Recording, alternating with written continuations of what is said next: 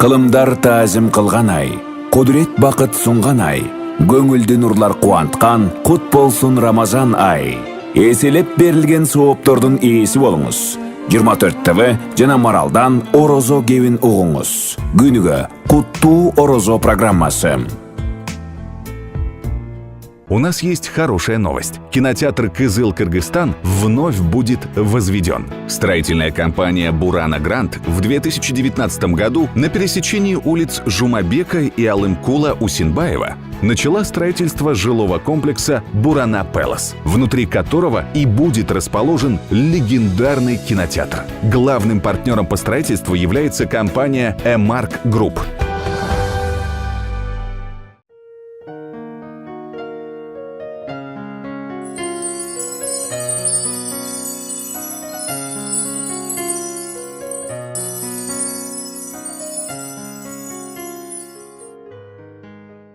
Көп жылдары эл башкарып, эл ичинде кадыр-баркка ээ болгон адилеттүү өкүмдар акыры карып ал күчтөн тайып, уулдарын чакырып байлыктарын бөлүштүрүп берүүнү чечет. Ада көптөгөн жерлер, көптөгөн байлык болгон. Бирок ошол байлыктын бардыгын 3 уулуна 4кө бөлөт. Анда уулдары таң калып, ата биз үчөөбүз го, эмнеге байлык 4кө бөлүндү дейт. Анда өкүмдар 4-үнчү байлык бул коноктуку, коноктун ырыскысы. Менин силерге бир гана өтүнүчүм жана насаатым бар. Силер дагы менден кийин байлыгыңарды дайым коноктун ырыскысы деп бөлүп жүргүлө дейт. Ошондон баштап ал урпак түпкү бабасынын насаатын жашоосуна салт кайлантып жашашат. Бирок алардын байлыктары эч кандай кемибестен ашып ташып абдан берекелүү эл болушат. Урматтуу бир туугандар, кыргыз эли дагы эң жакшы тамагын өзүнө эмес конокко коюп, дайым конокту сыйлап келишет. Бүгүн мына ушул куттуу орозо программасында конокторду сыйлоо, конокту чакыруу, конокко баруу эң бир сонун майрамдоо күн келип отурат. Тагыраагы айт майрамы. Куттуу орозо программасынын бүгүнкү эфири дагы ушул ыйык Рамазан айынан кийинки айт майрамына арналмакчы. Кудай буйруса, биз да коноктособуз. Сиз бизден алыстабай, биз менен бирге болуңуз. Аузу биллахи минаш шайтанир раджим. Бисмиллахир рахманир рахим. لقد صدق الله رسوله الرؤيا بالحق لتدخلن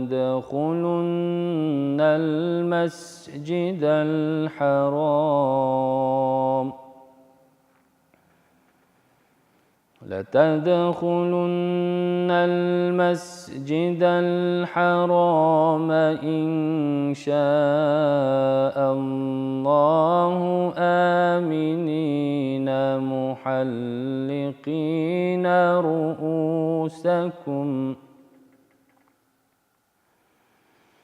آمنين محلقين رؤوسكم ومقصرين لا تخافون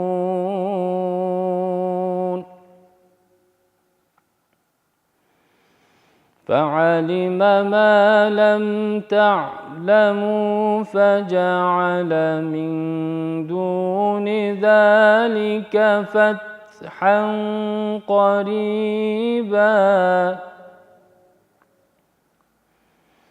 هو الذي أرسل رسوله بالهدى ودين الحق ليظهره على الدين كله وكفى بالله شهيدا صدق الله العظيم. Алланын элчиси саллаллаху алейхи вассалам мындай дегенин уктум. О адамдар, өз ара саламдашууну кеңир жайылткыла, башкаларды тамактандыргыла, тууган урукка карашкыла, эл уктап жатканда түнкү намазды окугула. Мына ошондо аман эсен бейишке киресиңер. Алланын элчиси саллаллаху алейхи вассалам мындай деген: астында унаасы бар адам жөө адамга, жөө адам олтурган адамга, азчылык көпчүлүк жамаатка салам берет. Имам Бухаринин равиятында айтылат: жашы кичүү жашы улууга салам берет.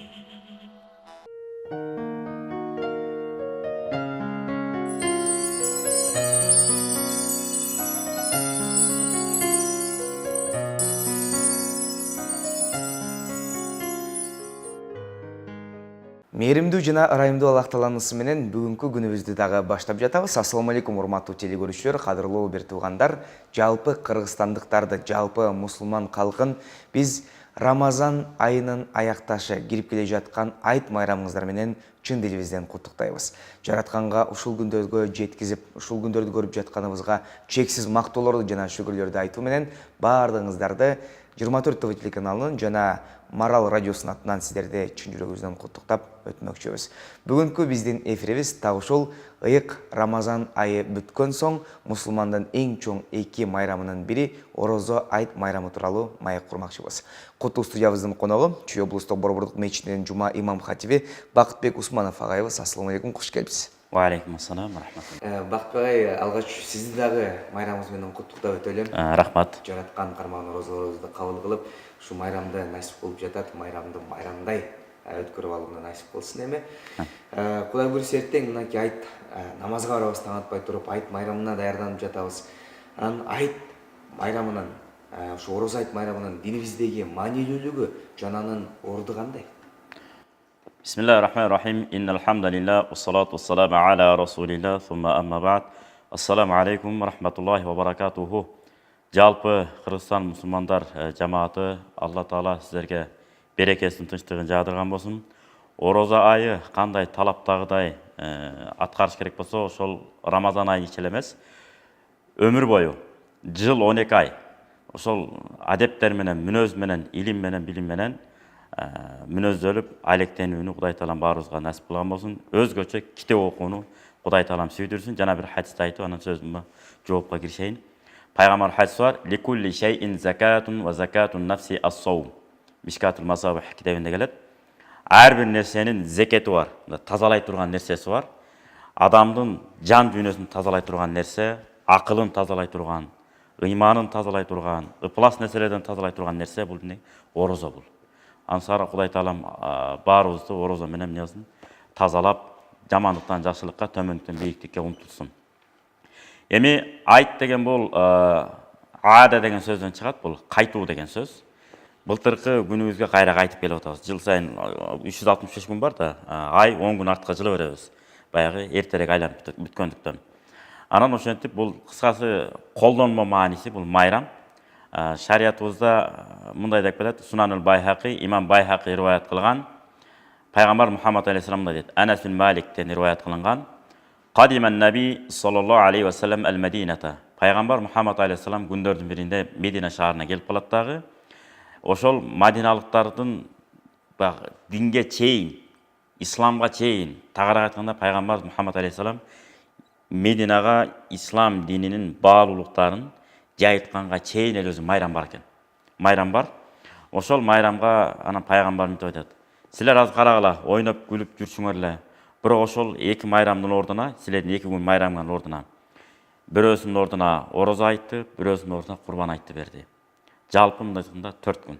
Орозо курбан айткым жалпы 4 күн кошуп калат да, анан баягы кошкондо 5 жалпы. Үчүнчү дагы майрам бар туура. Баягы жума намаз. Пайгамбар хадис бар, мына жуманы майрам кылып алла деген. Бекемделген хадистердин негизинде Аль-Фикхул Муяссар бит-Далил Мунаввар Халид Махмуд Аль-Баккар деген автор бар. Ошол китепте да келет. Анан 4-чү да майрам бар. Ал кайсы десе, амандык болсо, ден соолук таза болсо, кайсы нерсе соопту ага аракет кылып, кайсы нерсе зыяндуу, жаман нерсе, күнөө нерсе андан тыйылып, бир туугандар баары аман болуп, жакшынака өмүр сүрүп аткан болсо, ушул күндө майрам, күндө той да бул негизинен. Анан пайгамбар эмне деди? Мынакей курбан айт чалуу күнү, анан ооз ачуу күнү ушул майрам кылыш керек. Анан майрам деселе анан митип, үңкүйүп коюп, силер майрам деп эле деп отуруп алгандар да бар. Андай эмес, кадимкидей шаң шөкөт менен жадырап жайнап майрамдаш керек. Анткени пайгамбар Мухаммад алейхиссалам парда тартып қойып тұрып, өзі нар жақта отырған болады. Айша энебиз жанына бір екі құрдашы дейді. Башқа риwayatта баяғы екі аял. Екі аял туп-тумда дүкілдетіп чертіп алып, ырдап отырған болады.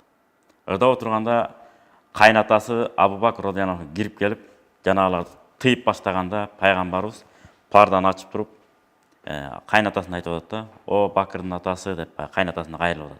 Бұл майрам күндері. Бүгінгі күн майрам күндерінен жөн эле коюңузчу деп айтты да. Жөн эле коюңуз. Экинчи башка риwayatта Абу Бакрдын атысы келип, "Бул шайтандын сурун айып не кылып атасыңар? Бириң сурун айтат, бириң дүкүлдөт. Эмне кереги бар? Шайтандын бул куралы. Токтоткула мындайыңарды." Дегенде анан пайгамбар айтат, "Антип айтпаңыз, ар бир ва инна ликулли кавмин идан."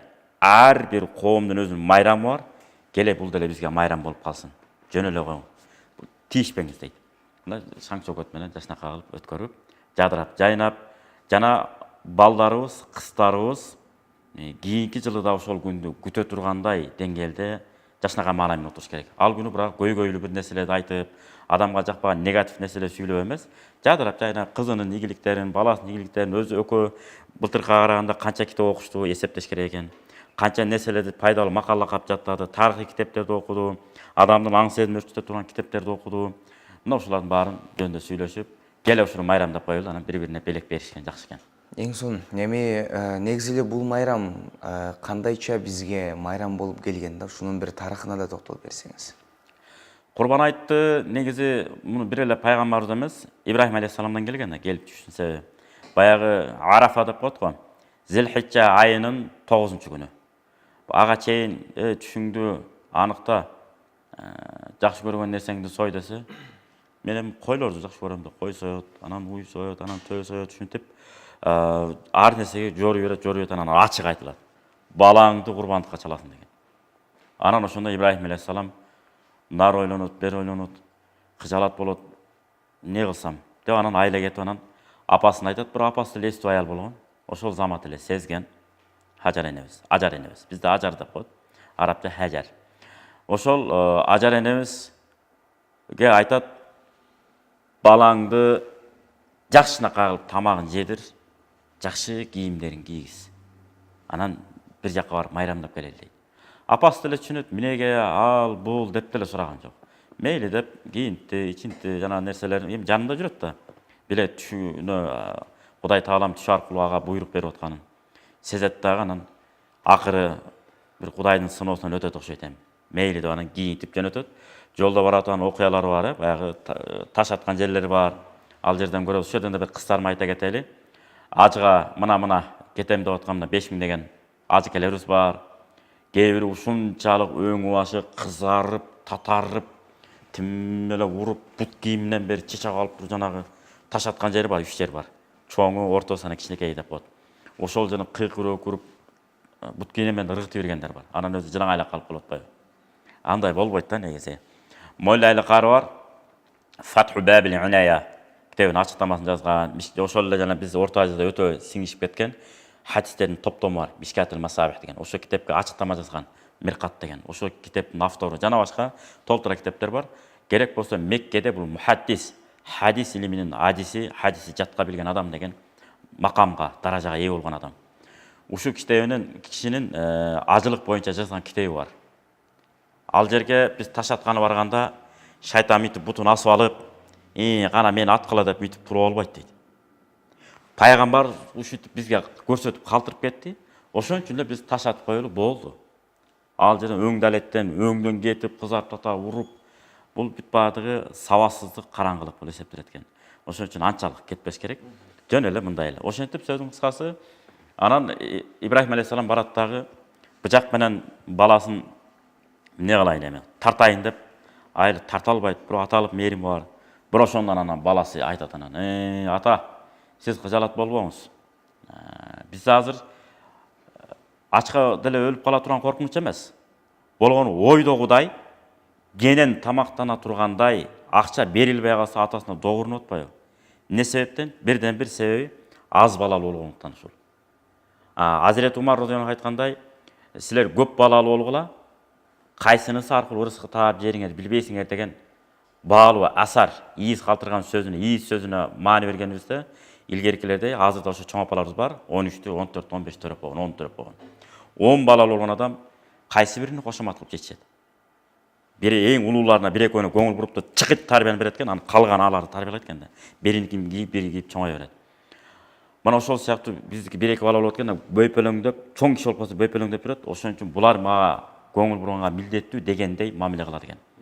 Ошол сыяктуу бул жерде Исмаил алейхиссалам бирок миңдеген, миллиондогон, миллиарддаган балагадан дагы ашып кете турган деңгээлдеги келечек пайгамбар болгон Исмаил алейхиссалам эмне дейт? Атаке, сиз кыжалат болбоңуз.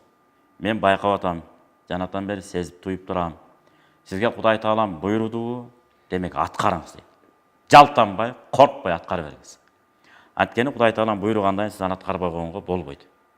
Болгону суранышым, менин кийимимди көрсөтпөй эле койсоңуз. Эч кимге, апама деле көрсөтпөй эле койсоңуз. Анткени ошону эстеген сайын эстеги ыйлай бербесин. Анан менин досторумду дагы апама көрсөтпөңүз. Кеңешим берип атат. Өтүнүч берип атат, осуят кылып. Анан бычакты тартып атканда жүзүмдү ылдый каратыңыз дейт. Жүзүмдү ылдый каратыңыз. Себеби экөөбүздүн көзүбүз чагылышып кетсе, баягы ата балалык мээрим ойгонуп кетип, Кудай Тааламдын буйругуна каршы келип калбаңыз, каршы чыгып калбаңыз. Макул дейт, ошол шарттардын негизинен кийин бычакты тартканда бычак өтпөй калат. Бычак өтпөй калганда анан кайра курчутуп, кайра тартат. Өтпөй калат. Кайра курчуп, кайра тартат. Бул өтпөй калды го, анан колун силккенде наракта ничкерээк таш турган, мишип таш турган. Ошол ташка тийгенде таш сынат. Оор, салмактуу бычак болот, курчтагы болот. Анан ошол бычак ташты кесип кетти. Бул жерде Кудайдын кудурети да. Ошондон кийин эмне болду? Кудай Тааламдан буйрук келип, Жабирил алейхиссаламдар такбир айтып эмне кылды? Кочкорду түшүрдү. Дагы кочкорду сойду. Анан кээде такмаза болгондун кереги жок. Ушундай биз адат экенбиз, пенде экенбиз. Баягы Муса алейхиссаламдын окуясы бар эмеспи? Сен уй сой десе, уй сой деп айт коомуңа дегенден айтты да. О, урматтуу коом, урматтуу элим, журтум, силер уй союшуңар керек экен Кудай Тааламга жагымдуу болуш үчүн. Курбандык катары чалышыңар керек экен. Десе, унчукпай союп койсо кутулмак. Кайда калган бир уй. Эмне дешти? Кутурушуп. Эми уй деген көп да. Мындай деле союп жеп атпайбызбы? Мындай маанилүү уй болуш керек. Кандай уй болуш керек? Десе, ушундай сары уй болуш керек экен. Сары уйлар деле көп да. Мындай сыпаттап, дагы да мындай жакшылап баяндап берсин, биз ошол уйду сатып алып, анан кийин соелу. Дегенде макул дейт. Эл ушунча эмнеге деген суроону бербеш керек экен. Өтө бере берсе адам барып өзүнө тыюу салынган нерсени күчөтүп алат экен. Муну кыл деди, кылып коюш керек. Мисалы атабыз айтты, базарга барып картошка алып кел десе, унчукпай алып картошканы алып келе калыш керек. Кандай картошка алайын? Десе анан эми пендечилик да. Жаңы бышкан кызыл картошка алып кел деп койсо, ана Баткен базарынан таппай калсаңыз, Аламидин базарына барасыз, Аламидинден таппасаңыз, Токмокко барышыңыз мүмкүн. Эмне үчүн? Баягы кызыл картошканы табышым керек да. Помидор алып келди, апабыз жумшады. Унчукпай барып эле помидорду алып келиш керек да. Апа, помидордун түрү көп да. Мындай катуу помидор бар, жумшак помидор бар, сүйрү помидор бар. Розовый бар, анан кызыл бар. Кандай да розовый деп койсо, ана таппай калышыңыз мүмкүн да. Ошол үчүн унчукпай эле помидор алып келди, кутулмак. Ошол сыяктуу анан кийин акырындан Куранда келди. Эгин талаага иштетилбеген сары кунажын болсун, адамдарды өзүнө арбап тартып ала турган сүйкүмдүү татынакай уй болсун деди. Анан издеп табанын. Ошол айыл боюнча таппайт. Көрсө бир кемпирде гана болгон болот. Ал кемпир да өтө мындай кыракы кемпир болгон болот, жалгыз бар жашап жүргөн.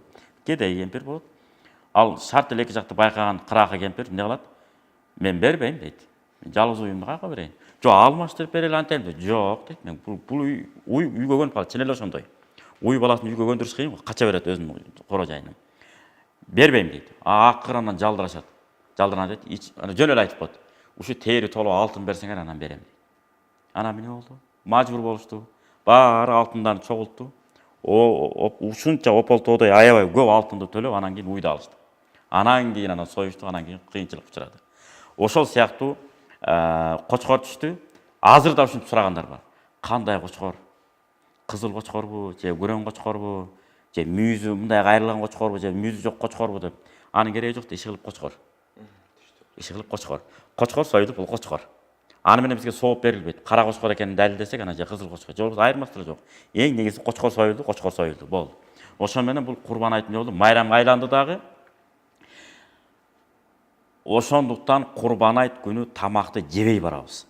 Элестетиңиз, адам баласы өлүмдүгүздө кетип атса, каяктагы тамак, каяктагы маанай. Бул курман айт. Курбан айт майрам. Анан кийин маанай түшүп барганда ошол жерден майрамга айланып кетти. Курбан болду, анан майрам. Ошон үчүн биз курбан айтта тамактанбай барабыз. Орозо айтта өзүнүн убагына келгенде азыр келебиз, суроолор балким ошо лайык келип калар. Орозо айтта тескерисинче тамактанып барышыбыз керек. Тамактанып барышыбыз керек. Анткени тамактанбай барсак, ашказанда эчтеке калбай калса, жагымсыз жыт пайда болушу мүмкүн. Ошону биз эмне кылабыз? Негизи пайгамбар жеген үчүн биз да жейбиз. Ал боюнча азыр айтабыз. Мындай болуп калат ошондо. Орозо айт күнү, мына эртең биз эртең менен тамактанып алып, анан намазга барышыбыз керек. Курбан айт майрам күнү тамактанбай, баягы курбандык кесилгенден кийин айт намазтайын барып, түшүнүктүү бул жагы. Эми негизи эле ушу эртең айт майрамын кантип майрамдасак дагы дурус болот. Кандай бир шарттары бар жакшы майрамдаштын? Анан майрамда эле айттап кошуналардыкына, тууган уруктукуна жүрө бериш керекпи же элди дагы чакырып дасторкон жазып сыйлаш керекпи? Негизи бул боюнча пайгамбар Мухаммад алейхиссалам мындай дейт да. Тимеле сонун кылып бизге чечмелеп берди. Ибрахим алейхиссаламды жөндөн жөн эле халил кылып алган жок. Халил деген сөз, садик деген мындай дос. Өзүн берип, чындап өзүн арнаган. Садака деген сөздөн чыгат да, чындап, өзүн чындап дитин арнаган. Ахиреттик дос дейбиз дейбиз го. Ошол. Бирок андан дагы бекем айтылган бул халил деп коет. Фаил таразасында бири-бирине мындай сиңишип кирип кеткен деген сөз. Айебай катып калган. Бул Алла Таала өзүнүн эң сүйүктүү пендеси кылып өзүнө эмне кылган? Жакын пайгамбар кылып эсептеген. Эмне үчүн? Анын келбети жашнак болгон үчүнбү, элдерге келбети менен тартып, же болбосо бир нерсени адал арамды үйрөткөнү үчүн. Туура ал деле пайгамбардын иши, өзү ошону аткарат. Бирок андан да зарылы бул жерде Ибрахим алейхиссаламдын адаты эч качан жалгыз тамактанчу эмес экен. Сөзсүз тияка чыгып, бияка чыгып, башка бир хадистерде келет. 1 милге чейин бул деген сөз 400-500 метрге чейин адам издечү экен. Ким бар болду экен? Мен үйүмө чакырайын, чогуу тамактанайын деп. Маектешип тамак иччү экен да. Мына Маттахадаллаху бул хадисти имам Байхақи Шуабул Иман деген китебинде риваят кылат. Пайгамбар Мухаммад алейхиссалам мындай дейт. Маттахадаллаху Ибрахим халилан илля лит'амихи ат-таама. Алла Таала Ибрахим алейхиссаламды адамдарга дайыма тамак бергендиктен, адамдардын тамагын жеп жүрө бергендиктен деген жок. Адамдарга тамак берип, адамдарды жедирип ичиргендиктен аны өзүндө дос кылып алды. Эң жакын пендеси кылып алды. Дагы ва ифшаихи салам. Дайыма салам айтып жүргөн, учурашып. Ассаламу алейкум деп. Азыр эми ал адат калып калды, жакшы.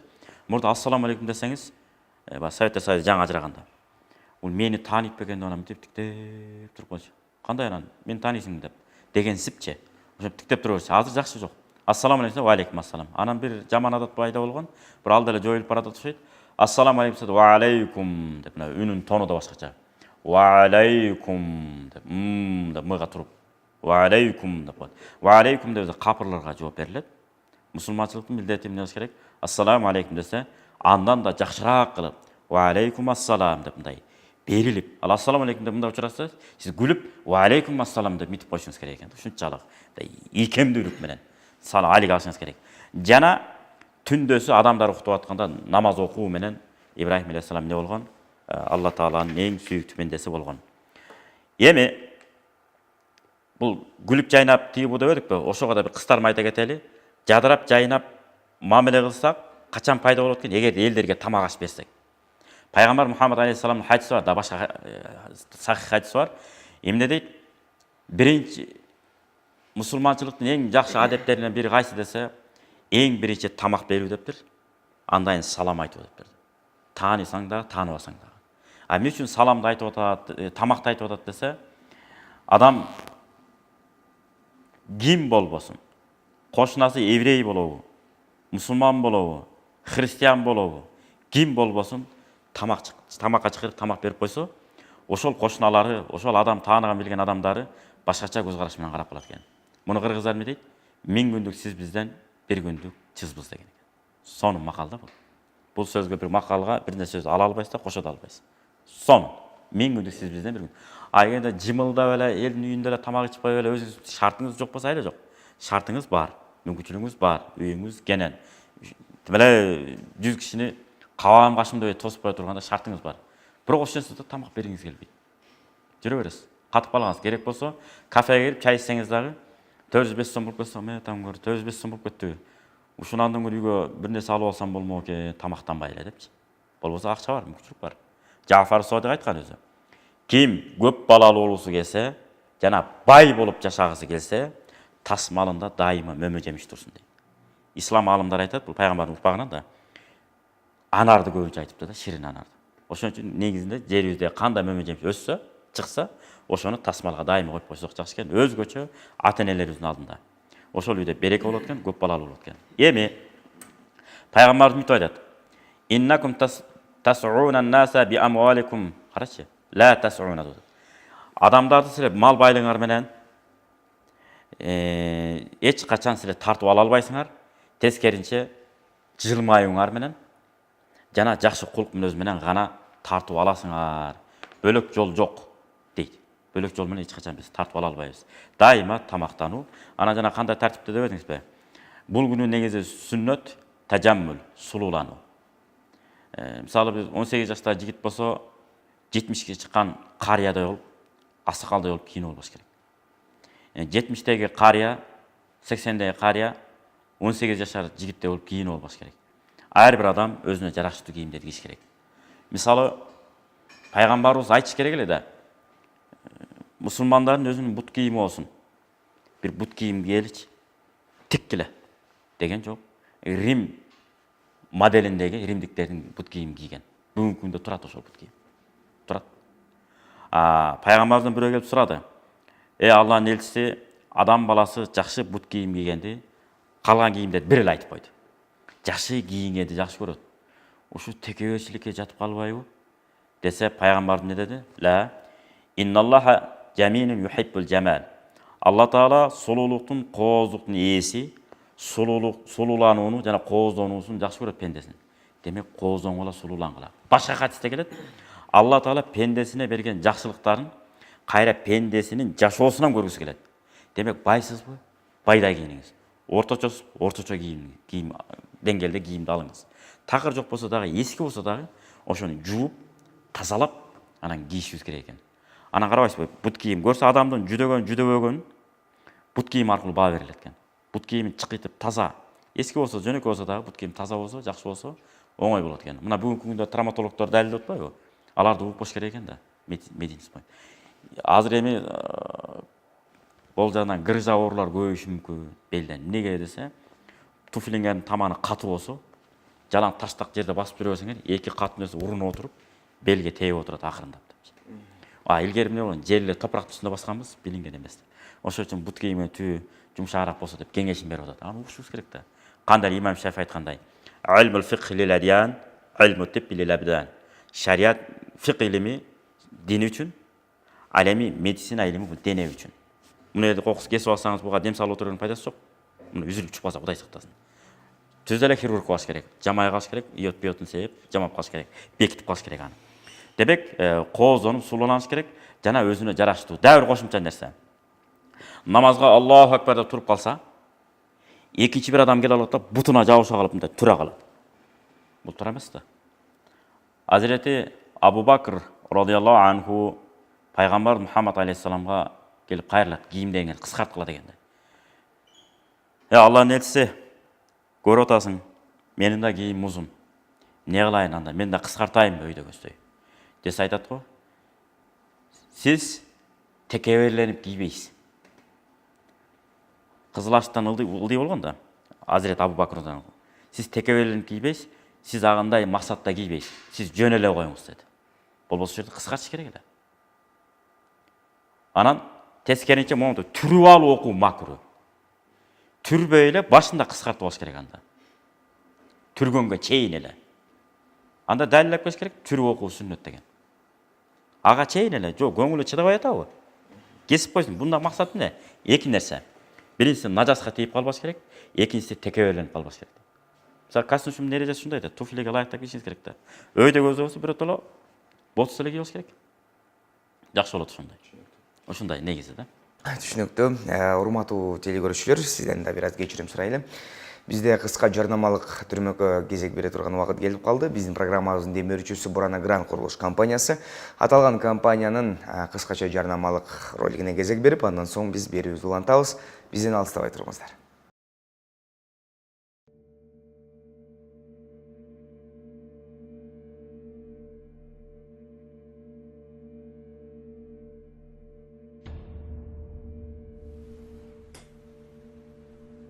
Анда өзүңүз жөнүндө айтып кетсеңиз. Өзüm жөнүндө эч кандай кызыктуу нерсе жок. Эми айтмагыла. Төрөлдүм. Чоңойдум. Анан отурам дегендей да. Жакшы. Чоңойгонуңуз жакшы. Кээ бир адамдар чоңойбой деле калып жатпайбы? Жашыңыз канчада? Жашым 42-де. Атым Азамат. Фамилиям Эдилбек. 76 толгам. Эме аны кое туруп, биринчи тыйын сүйлөшө алалычы. Канча төлөйсүңөр, ошону сүйлөшө алалычы. Ал жагынан сарсана болбоңуз. Кудай буйруса жакшы эле төлөп беребиз. Бирок бир гана эксперименттин убакыт сааты азырынча белгисиз. Балким 1 жыл болот. Же 1 ай болобу. Балким 1 мүнөттө эле бүтүп калышы мүмкүн. Ошондой деңизчи. Коркуп кетпедимби? Мени кызыктырган нерсе убакыт саатыңыз кандай? Аялыңыз, бала бакыраңыз күтүп калабы дегендей. Мени күткөн эч ким деле жок. Аялым менен чагыла ажырашып кеткем. Ага сартан алып эле калгыла.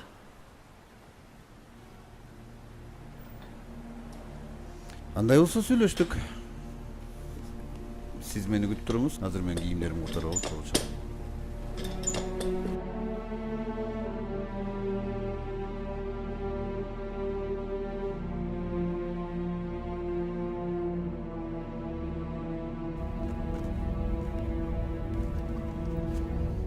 Сиз көп эле сарсана боло бербеңиз.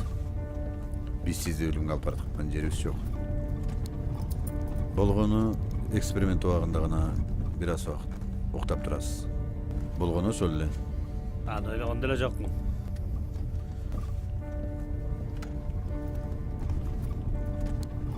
Карыздарым көп. Ушуларды берсем дейм. Негизи элимден деле карыкпайм. Себеби барыбыз эле өзү да. Туура айтасыз. Адам баласы бир гана нерсеге так ишенет экенбиз да. Ал да болсо өлүм. Ал эми карыз берем деп шашканың жакшы. Ахиретте карыз менен кеткенден көрө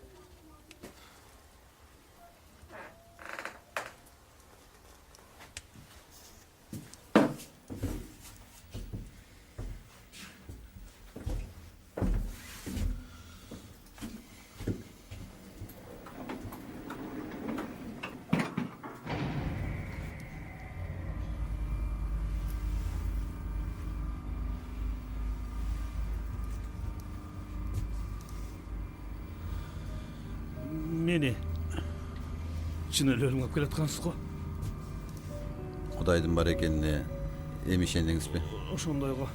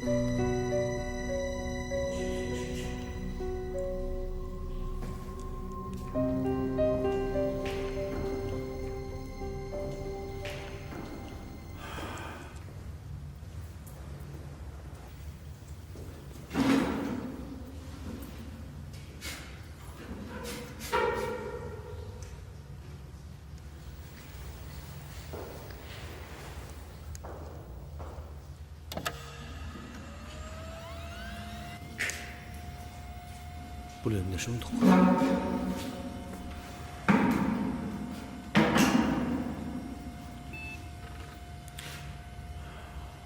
Азырынча акыбалыбыз ушундай. Буюрса ремонт да бүтүп калды. Эң негизгиси приборлорубуз бар.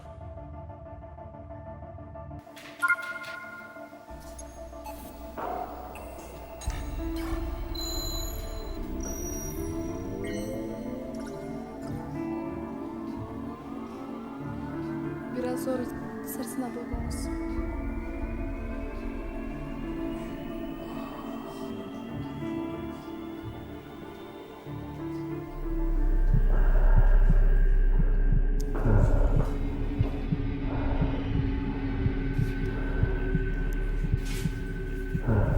Korkpay эле коюңуз.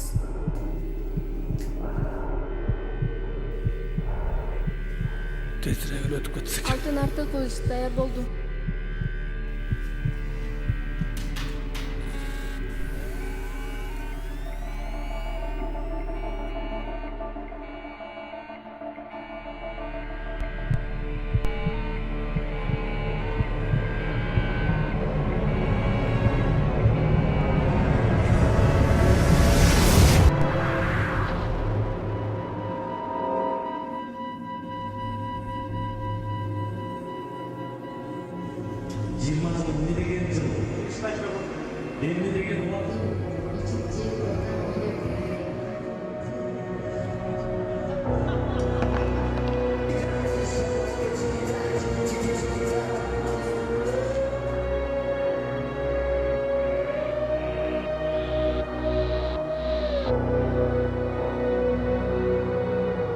Emne ola? Amaç, amaç, amaç.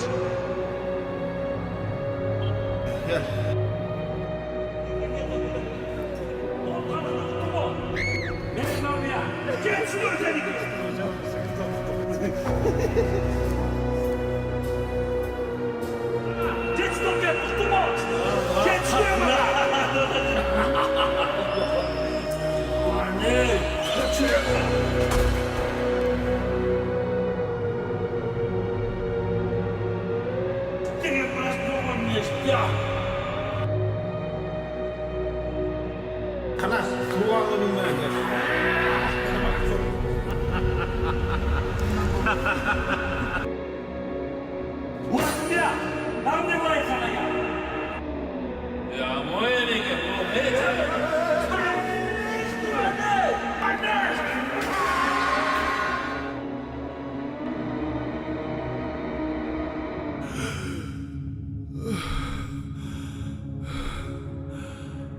Özünüzü yaxşı ele sezip atasızbı?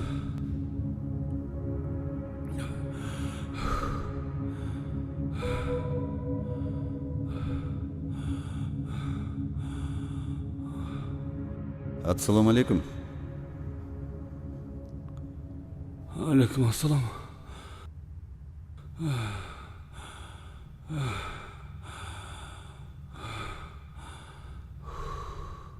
Eksperiment qanday oldu? Oyda buday. Ошондо Менин башымдагы нерселердин баары силерге билиндиби?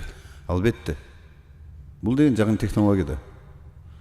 Эми сиз жөнүндө баарын билбесек да көп нерсени билебиз. Мен канча саат уктадым? 3 саат. Сиз бул 42 жылдык жашооңузда 17 жыл, 3 ай, 14 күндө уктап коюптурсуз. Чын элеби? Анда мен өмүрүмдүн жарымын уйкуга өткөрүп жиберген турбаймынбы?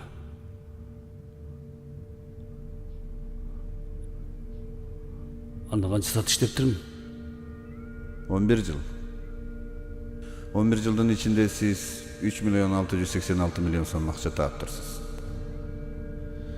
Ал эмес, телефон менен сүйлөшкөнүңүздүн өзү эле 5 жыл, 3 ай, 8 күн жана 36 мүнөт талап кылыптыр. Досторуңуз менен шапар тепкениңизге 4 ай 12 күнүңүз коросо, ал эми Мончуга жуумганга 156 суткаңыз корогон. Ушулар элеби? Ушулар эле билиндиби компьютериңерде? Жок, дагы бар.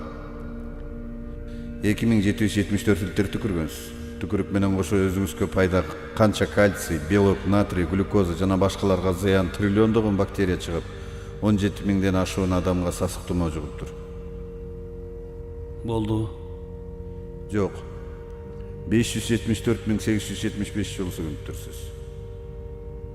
Бир сөгүнү 5тен канча жылга алыстатат дегенде уктуңуз беле? Жок. Канча арак ичкениңиз, чылым чеккениңизди, аялыңызды канча жолу урганыңызды айтпай эле коеюн. Ошонун эсебинен Кудай берген ден соолугуңуздан 8 жылдык өмүрүңүз кыскартылып отурат. Дагы эмне айтты компьютериңер? Эми анын калганын өзүңүз көрөсүз. Сиз канча жолу тамактанганыңызды, канча саат ажатканага барганыңызды жана бул жашоодо 189 миң сөздүн канчасы чын, канчасы калп экенин так маалыматты колуңузга тапшырабыз.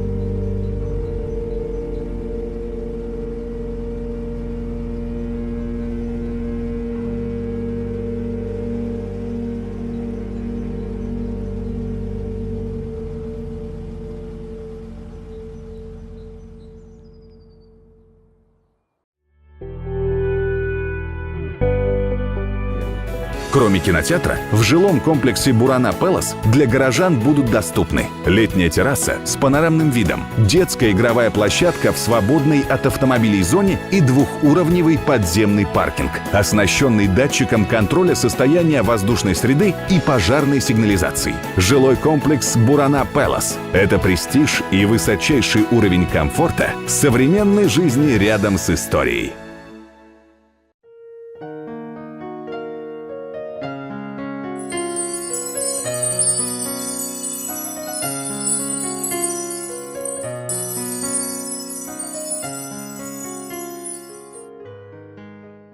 Урматтуу телекөрүүчүлөр, кадырлуу бир туугандар, бүгүн биз Куттуу Орозо программасында Айт майрамы тууралуу маек куруудабыз. Студиябыздын коногу Чүй облустук Борбордук мечитинин жума имам хатиби Бакытбек Усманов агайыбыз.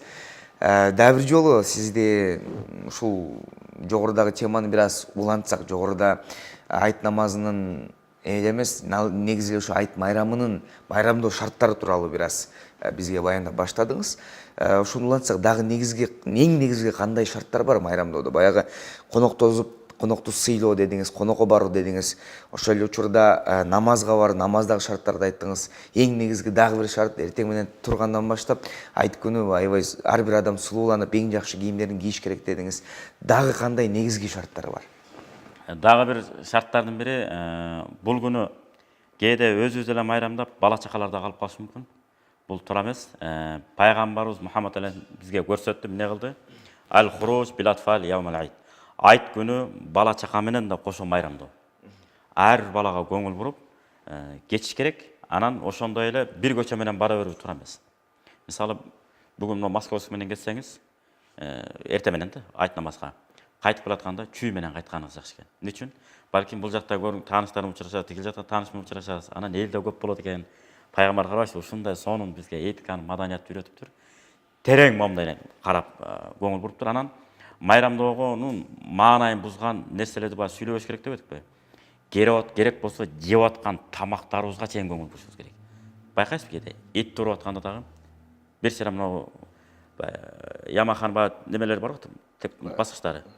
Мында митип баскандай, шарак мында колдорун жала бергендер бар да. Ушул да туура эмес негизи. Өтө бир жийиркеничтүү. Негизи колду жалабай, жөн туураш керек. Мында чыкылдатып туурап туруп, ошо менен тамактын бетине тыштап коюп, андай мейли жаласа, кайра экинчи этти кармабаш керек. Булга да бир далил, бул жаман адат айланып баратат. Пайгамбар Мухаммад алейхиссалам мындай дейт: "Якрахан яд'ан нава ма'ат тамри аля табaqi." Керек болсо, баягы бизде этти жеп, сөөк жеп эле маани бербейт экенбиз дагы. Жана табакка коюп коетпайсызбы? Бир жерге конокко барганда дагы айттап майрамдап келгенде, же болбосо биздин үйгө бирөөлөр конок келиши мүмкүн. Сен антип жебеди деп айтпашыбыз керек. Анда майрамдын шайнысы бузулуп кетиши мүмкүн. Жана келген адам өзү деле сезиш керек.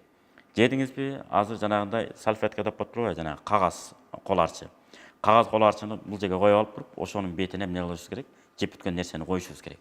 Пайгамбар Мухаммад алейхиссалам курма менен кошо курманын данегин эч качан кошкон эмес, муну жек көргөн, жийиркенген дейт. Жана ошондой эле колуна да чогултпаптыр. Колунда курмасы болсо, жепти олана беге чогулткан эмес. Колунун артына эмне кылган? Мындай коюп туруп, кайра сыртка чыштаган. Эмне үчүн? Кокус менен кармап дагы тамак жеген болсо, адамдар жийиркенип калбасын деп. Мына бул жерде бекемделген хадистердин негизинде. Ошондой эле этти жеп, сөөктү жедик да мүлжүдүк. Ошол мисалы 2 адамга бир барабар, 3 адамга бир каратышы мүмкүн. Сөөктү ошо чекесине койбош керек. Сөөктү жеп туруп, табакка эмес, өзүнчө коюп койду болот. Ал бүттү, колдонуп бүттү. Адамдар жиркенет деп. А бизде керек болсо сөөктү жей берип атпайбы? Анча-мынча жей турган жерлери бар депчи. Бул кыргызда макал бар. Эт этке, шорпо бетке деп.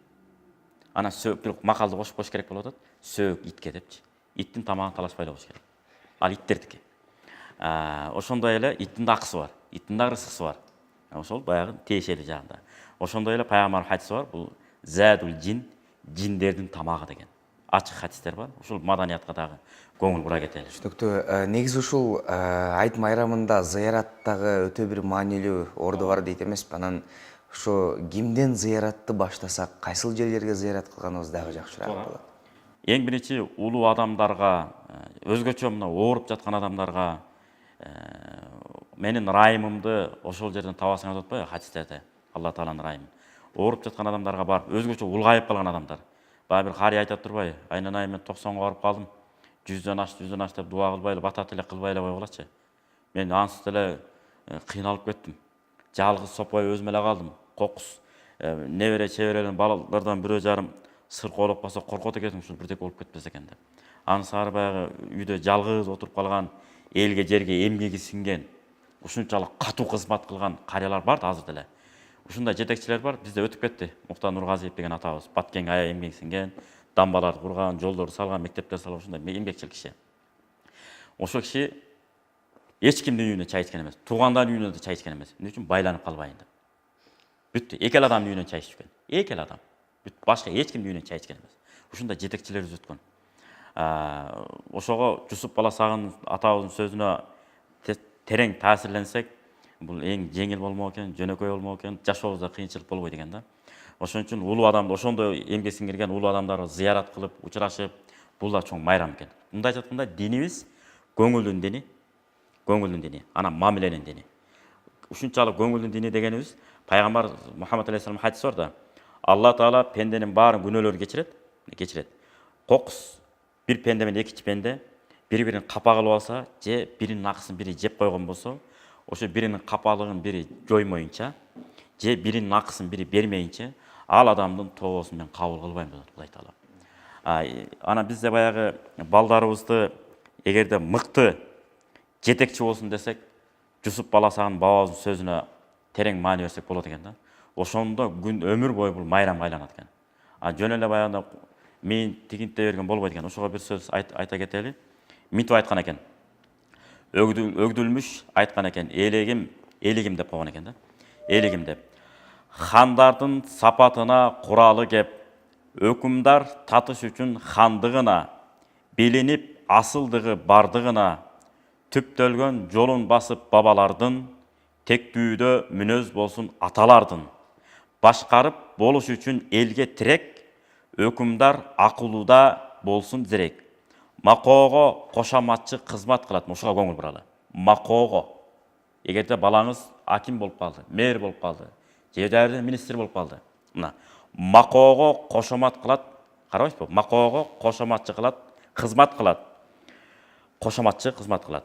Эстүүгө даанышмандар иши жылат. Дагы кайталайм ушуга. Макоого кошаматчы кызмат кылат, эстүүгө даанышмандар иши жылат. Өкүмдар акыл менен миңди жыгып, өзүнө элин тартат иши жылып. Элди дайыма колуна алат экен. Эл үчүн деп. Бардык эл оба эне небереси, бол элек төрөлгөн акыл эси. Да 6 сабак калды, сонун жерин айтып атат. Чоңоюп жетилгенде анан барып, турабыз бутубузга билим алып. Карачы, сонун айткан. Бактыны эңсеп жаткан хандын өзү, адилет болсун чынга толуп сөзү. Чаң баспас, акактай ак дили болсун, дил ак болсун. Элинде эстүүлөрдүн бири болсун. Эстүү болбосо ар кимди жетелеген болбойт экен. Дагы бир насааты бар. Эгерде балаңызды мамлекеттик деңгээлде казыначы болсун десеңиз, мындай болуш керек экен. Далайды, коррупционер дейбизби, башка дейбизби, жеп жутар дейбизби, сатып жутар дейбизби, элди саткан, ыйманын саткан, жерди да саткан болот экен. Мисалы, керек болсо ата баласынын мүлкүн да саткан болбойт экен да, кыймылсыз мүлкүн. Мисалы, мен эгерде сот боло турган болсом, казы деп коет да, мусулманча. Бүгүнкү мамлекет терминде сот дейт. Мисалы, менин атам, жосо мен баламдын кыймылсыз мүлк жерин сатып койгон болсом, сотко барып арызданат экен, сиздин балаңыз мисалы мага. Мен сотмун да. Урматтуу сот, атам менин жеримди сатып жептир, жашай турган үйүм бар эле, анан кийин бул жакта жылкыларым да бар эле. Жылкыларым да сатып жептир. Десе ана мен сот өкүм чыгарат экен, сот болуп. Жылкыларыңызды, койлоруңузду сатып берсе, мейли, жылкыны жылкы тууйт, кайра тапса болот. Бирок кыймылсыз мүлк жериңизди сатып жептир, жерди жер туубайт. Ошон үчүн бул жер кайра алынсын деп соодасын бузуп туруп кайра баласына кайтарып берет экенбиз. Анткени жер сатылган болбойт экен да. Баланын ошол жердин ээси өзү макулдук бермейинче. Мына караңыз. Далайды көргө алтын салып тынды. Алтын көргө салып жанын тынды. Шайлагын казыначыга эстүү тыңды. Эстүү болсун, тың болсун. Иштин ал жооптулугун көзгө илсин. Эсепти так билгенде өзүн билсин. Керемет өмүр деген таттуу балдан, а бирок кем калышпайт алтын андан, акча. Азгырык күчүн чексиз чыдай алгыз. Алдыңда мен дегендер байкуш алсыз. Мен деген жигиттер, мен деген эр азаматтар акчанын айынан, доллардын айынан сынып атпайбы? Көңүлдү бир четинен көкөлөтүп, коесуң ийилбести чөгөлөтүп. Мен ийилбейм деп монткенде чөгөлөтүп болот, мөгдүрөтүп. Жек көрүп ач көздүктү четке каккан, көргөндө сени бошоп шору каткан. Алтынга башын ийбес адамга гана окшошот анык момун такыбага. Анаки. Эки сөз. Карынан жараткандын корксун аның, карынан, Алла Тааланын карынан. Айыптап өзүнүн бош начар жагын. Этиятташ керек экен. Анан үчүнчү кеңеши Жусуп баласагын бабабыздын сөзү болот бул. Эгерде адам баласы өсөм, өнүгөм десе, тамагын тазалаш керек экен да. Тамакты арам тамак менен тамактана турган болсо, келечегибизде талкуулайт экенбиз. Ошого бул бир топ сөз экен, ошонун ичинен бир 5-6 сабын айта кетейли. Аш бошчу деген кандай болуш керек? Эгер мамлекет деңгээлде кызмат кыла турган, элдин деңгээлде, үй бүлөнүн деңгээлинде аш бошчуң ишеничтүү, мыкты болсо, өмүрүң бейпилдикке өтөт сопсо. Душман көп, ханың менен алтын такта, коркунуч тамакта бар, Кудай сакта. Сөзгө бек ишеничтүү, сатпас танбас. Кызматчы керек ханга иштеп талбас. Ишенет атасына балагандай, ажода кызматчыга болсун жандай. Аш бошчу ууру болсо кантип оңот, эмнени балдарынан күтсө болот деп Жусуп Баласаган бабабыз айткан. Кутаткуу билимдин ар бир бул кут билимдин чындап ар бир сабы адамзаттын жашоосунда ар тармакка тарбия берүүчү сонун саптар бар. Бул теманы дагы көбүрөөк бир элибизге, жерибизге жеткизүүнү Кудайым насип кылсын. Ар бир инсан дагы да болсо өзү жакшы бир окуп, көп маалымат алсын дейли. Биз темабызга кайтып келсек, уруксат этсеңиз, ушул улуу күндөрү дагы бир чоң бир өзгөчөлүк бар дейт. Майрам күндөрү, айт майрамында баягы бири-бири менен таарынышып жүргөндөр элдешишсе, биринчи барып балким кадамын таштап кечирим сураса, жаратканаларды шунчалык сүйөт, шунчалык бир аларга береке берет дейт. Ошол эле учурда өзгөчө ушул урушуп талашып бири-бири менен пикир келишпей жүргөндөрдү элдештирүү, бир үчүнчү жак келип элдештирсе, ал дагы бир эбегейсиз соопторго ээ болот дейт да. Бул ушунчалык бир бул майрам элдешүүнүн, бир жакшылыкка чакыруунун дагы бир сонун мүмкүнчүлүктөрү дейт. Ушуну да бир ачыктап берсеңиз. Негизи мусулман, чыныгы мусулман болсо, негизи эле бир адамды капа кылбаш керек. Кээ бир адамдар бар, капа кылып коет, мусулман деген кечиримдүү болуш керек деп туруп эле өнөкөткө айландырып алгандар да болушу мүмкүн. Бул негизи туура эмес.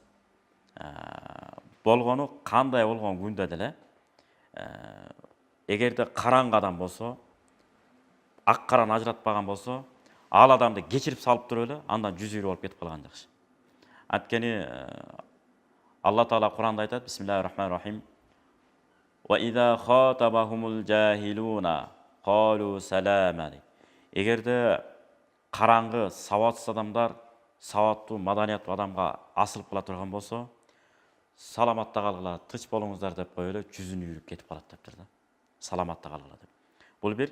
Экинчи жагы, кандай болгон күндө да айттын, майрамдын дагы үстөккө бостоп майрамга айланып кетишинин себептеринин бири жүрөгүңүздөн чындап, ким сизди капа кылган болсо, бүт баарын мен кечирдим деп. Ким менен түшүнүшпөй бири-бирин таарынышып алган болсоңуз, өзүңүз биринчи барып кечирим сурап, мени кечирип коюңуз, ушундай болуп, мен сиздин көңүлүңүздү оорутуп алдым эле дей турган болсоңуз, бул тим эле укмуш экен да. Пайгамбар хадиси бар: 3 күндөн ашык болбойт, мусулман капа болгон болбойт. Тез арада кечирим сураш керек. Ал эми кыргыздар айтат экен, кийимди жууп, талга кылып койсо, ошол кургаганча барып кечирим сурап кой деп. Ошол үчүн нервден эч ким оорубаптыр да мурун. Азыр нервден кетип инсульт алгандар көбөйүп кетпедиби? Анткени Ротул Мухтар китебинде келет. Адамдын эс тутумун жоготуп, түрдүү оорулардын келип чыгышынын себеби көкүрөккө кереги жок, адамдын көңүлүн түшүрө турган, маанайын буза турган нерселерди көкүрөккө толтуруп алуу деп. Ошол толтуруп алгандан кийин бул акырын барып акылдан алат экен адамды, калчылдап болуп, ачуулуу болуп. Ана акыл адамдын денесин башкарат да. Ошо денени башкарууга алы жетпей калгандан кийин түрлүү оорулар келет экен. Сахар келеби, давлениясы, ассаламу алейкум менен кирип келе берет экен да. Ошондуктан мен кечирдим деп туруп, кечирип жиберсек, керек болсо ошону учурашканда дагы жайыраак учураш керек экен. Ассаламу алейкум деп. Пайгамбар айтпайбы? Эки адам учураша турган болсо, муну силкилеше турган болсо, баягындай ошол колдор ажырап кеткенче, ширктен башка күнөөлөрдүн баары кечирип отурат дейт. Экинчиден пайгамбар тигил адам колун үзүп алмайынча эч качан колун үзүп да алчу эмес экен. Ана сөзсүз эле мени кечирип кой деп деле айтыш шарт эмес. Мунун эрежелери бар да. Мисалы тамак кылганда сизди атам чакырып атат деп, өзүнөн кичүү адам болсо, чакырып койсо, берки адамда түшүнүш керек экен да. Мени чакырып аткан болсо, демек бул мага көңүл буруп атат, кечирип кой деп атат окшойт деп, өзү эле сезип, ассаламу алейкум, кандайсыз, аба, байке, тууган деп, кирип барып эле кечишип кеткен. Бул нур үстүнөн нур болот. Жакшы. Эми ушу бар бир нерсенин башталышы соңу бар дейт эмеспи? Балким тилекке каршы дейбизби? Сахабалардай болуп биз илей албасак дагы ушу канчалаган соопторду, эбегейсиз соопторду берген Рамазан айы жыйынтыкталып атат. Соңку күндө турабыз. Кудайым ушул күнгө рахмат айтабыз дагы кийинки Рамазанга жетишибизди насип кылсын дейлем. Кандай болбосун, Рамазан бүттү. Соңку күнү. Анан ушу өзгөчө бир динибизде Рамазандын эң соңку күнүнө дагы өзгөчө көңүл бургула, себеби жараткан бул күндү жыйынтыктап жатканда силерге өзгөчө бир белеги бар, өзүнүн бир убада кылган белеги бар. Бул түндө өзгөчө өткөргүлө дейт да. Эртең айтка чейин дагы ушул түн өзгөчө түн деген маалыматтар бар да. Бул түнү өзгөчө бир ибадат кылгыла, анан курма жегиле деген да бир маалыматтарды угуп калдык эле да. Ушуга да бир элибизге бир жакшы маалымат болсун. Бүгүн орозо бүттү деп уктап калбай, балким эртең айт намазга чейин, айт майрамына чейин дагы бир өзгөчө соопторго ээ болуп калышат. Ушунда бир себепкер болуп калабыз. Имам Бухаридин риваятынын негизинде пайгамбар Мухаммад саллаллаху алейхи хадис бар. Кана Расулуллах саллаллаху алейхи вассалам ла ягду ямал фитри хатта якула тамарат. Пайгамбар Мухаммад алейхиссалам айт намазга барганга чейин эле жуунуп, тазаланып, анан сөзсүз түрдө бир нече курма жейт элек. Сөзсүз түрдө курма жеш керек. Курманы жеп, көңүлдү ток кылып алып, анан жайдар болуп барабыз. Анткени ашказан бош болуп калса, баягы жогоруда айтканыбыздай, жагымсыз жыттар пайда болушу мүмкүн. Анан жагымсыз жыт пайда болсо, бул пайдалуу болот турбай деп, баягы кээ бир тишин жубай жүрүшү мүмкүн да. Ал тиштен чыккан жыт эмес. Ашказандан, ачкалыктан жыт. Ал эми тишти таза кармаш керек. Бул сөзсүз түрдө таза кармаш керек. Таза кармабаса болбойт. Ошондой эле дагы бир сүйүнчү, ошо Рамазан айынын урматы менен. Пайгамбар Мухаммад алейхиссалам хадиси бар, Имам Муслим риваят кылган. Ман сома Рамадана, кимде ким Рамазан айын орозону кармаса, сумма атбааху ситтата айям, кийин ага 6 күндү ээрчитип кармаса Шаввал айынан. Анан каанна сома каттахр, ал ошол бул Рамазандан тиги Рамазанга чейин токтобостон күнүнө орозо кармагандай сооп берилет деген. Ошон үчүн ушул нерсеге да бекем болуш керек. Ошондой эле орозо битирилерде өзгөчө мына кээ бирлер аракет кылып атат, ушул жакшы адатка айланып баштады. Кудайыма шүгүр. Бая дин сүзүлөт, бирок үзүлбөйт деген жакшы сөз барбы? Бар эмеспи? 70 жыл ичинде аркы берки сыноолор болду, арабча сабаттуулуктан да алыстап, азыр эми бүгүнкү күндө бир аз сыноолуу болуп атат. Баягы арабча билгени деле, билбегени деле шарият эрежелерин талкуулашып, тарашып, тартышып. Негизи арабча билбегендер шариаттын талкуусуна түшпөй эле болуш керек. Арабча билгендер гана талкуулаш керек. Кандай айламса өкмөттүн мыйзамын депутаттар өздөрү талкуулайт. Биз жөн эле угуп, ошо мыйзам негизинде иш алып кете беребиз да. Ошол сыяктуу ар бир нерсени, мисалы, врачтар өзүнүн ооруч жандары менен алектенет. Биз алектене албайбыз. Болгон маалымат беребиз, мындай ооруп атып көрүп койгула деп. Ошол сыяктуу Кудайым буйруса, барган сайын тереңдегенден тереңдеп баратат. Орозо айтына мына 3 күн калганда өзгөчө 26-түнү орозону кармап, 26-күнү оозду ачып, 27-түнгө оогон түнү кадыр түндү тозотпайбызбы? Негизинен хадистердин жыйынтыгында акыркы 10 күндү издеш керек. Бирок элдин баары ак күнгө отура албайт экен. Бизге бир күн баягы эле десе, ошону отуруп атышпайбы? Ошол күнгө орозо битирилгенин эсептеп, бейбечаралардын адресин таап, ошолорго берип коюп атышат. Ушул жакшы. Муну күчөтүш керек болсо. Кошуналар баарыбыз биригип алып, мисалы, да өзгөчө күндөрдүн бири. Эртерээк биз сыяктуучулар майрамдап калсын. Эми муну биз орозо битиреми. Ушуну алып чына майрамдап койгула деп мына үндүн тонун өзгөртүп башкача кылып, ал башкаларды баягындай басынткан сыяктуу болбош керек да. Унутуп коюш керек. Оң колдун айтып атпайбы пайгамбарыбыз? Алдын колдон үстүн кол жакшы дейт. Жакшы кол жакшы бойдон кетсин. Бактагай, негизи бул жерде балким дагы ошо жаамат менен барбай бир кишини өкүл кылып акырын киргизип, унчукпай бердирип койсо дагы жакшы болуш керек. Кечиресиз, дагы бир сонун маалыматты алып калалы сизден. Буйруса, орозонун акыркы түнүн майрамга чейин кантип өткөрүнүн айтып бердиңиз. Ал эми айт намазда буйруса, айт намаздын негизги шарттарын айтып берип коюңузчу. Канча эки рекетте жанагы такбирлерин жана эң бул дайыма айтылып келет, эртең дагы айтылат, бирок балким ушул жерден биз башкача жеткизип калабыз. Ушу айт намаздын негизги шарттары эмнелерди эске алыш керек ошол жерден? Туура.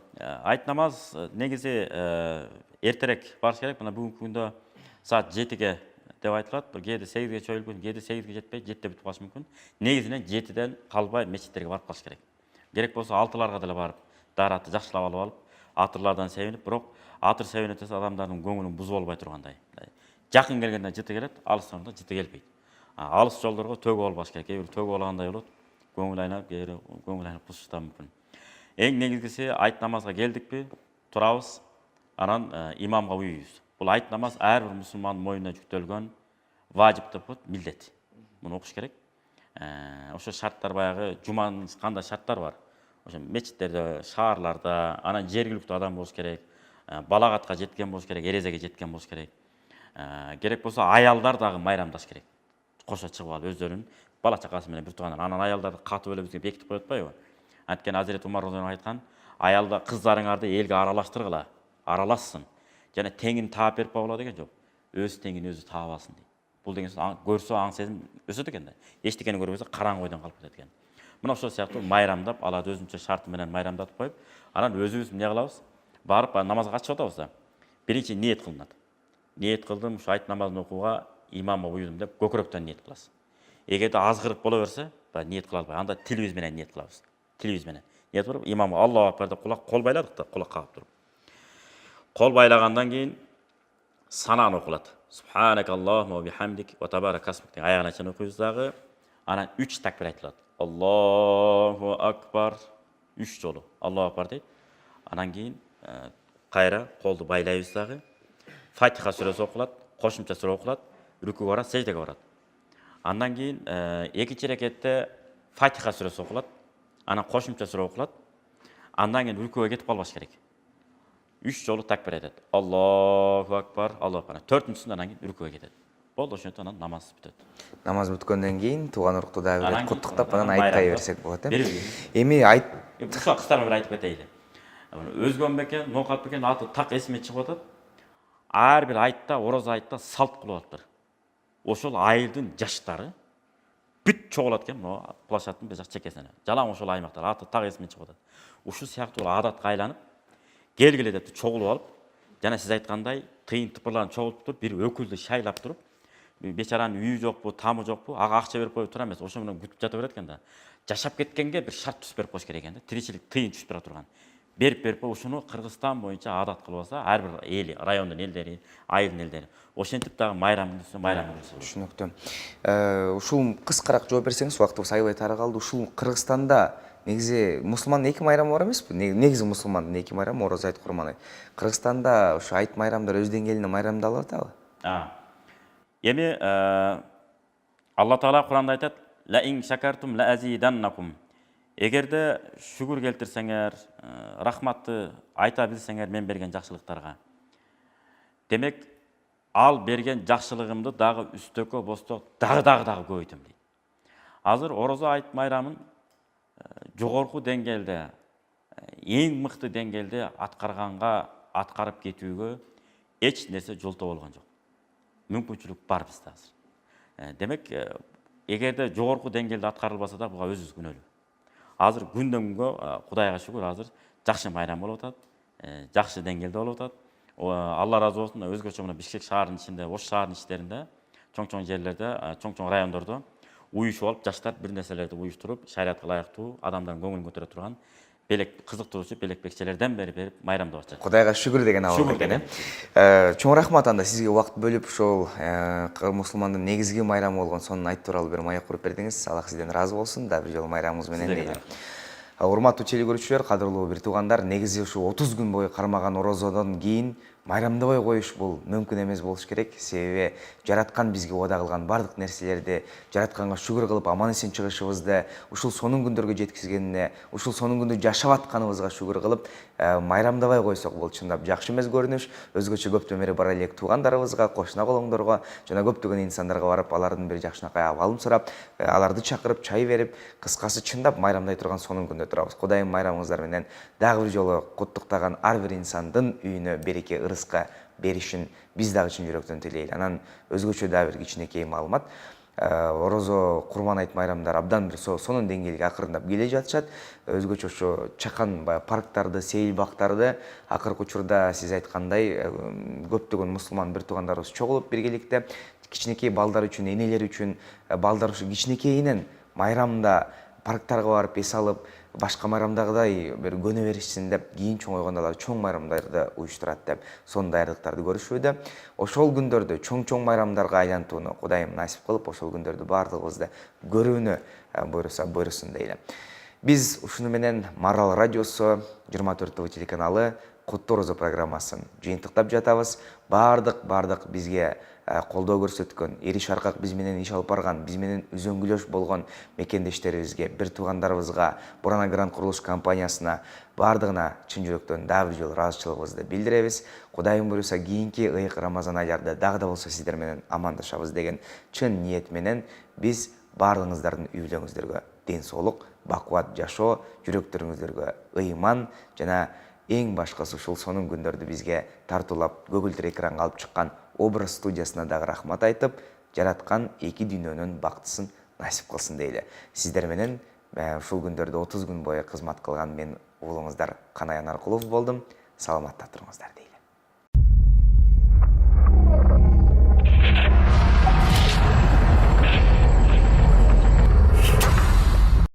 Allahu akbar, Allahu akbar. Allahu akbar,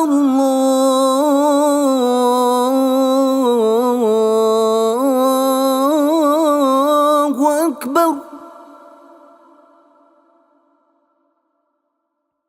Ashhadu an la ilaha illallah.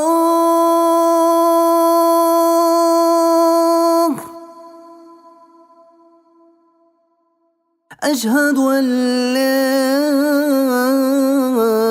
إله إلا الله.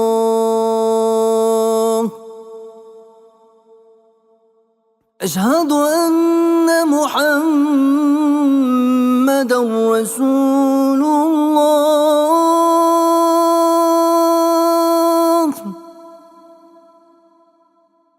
أشهد أن محمد رسول الله.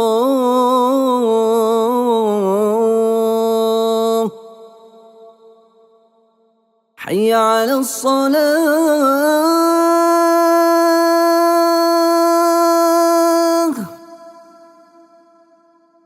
حي على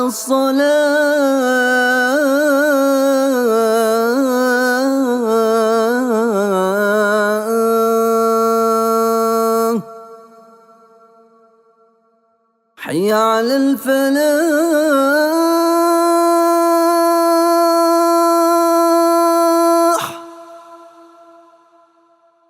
حي على الفلاح.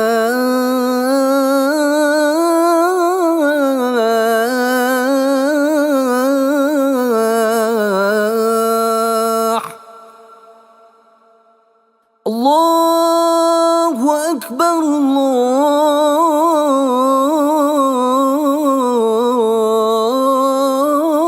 الله أكبر. لا إله إلا الله.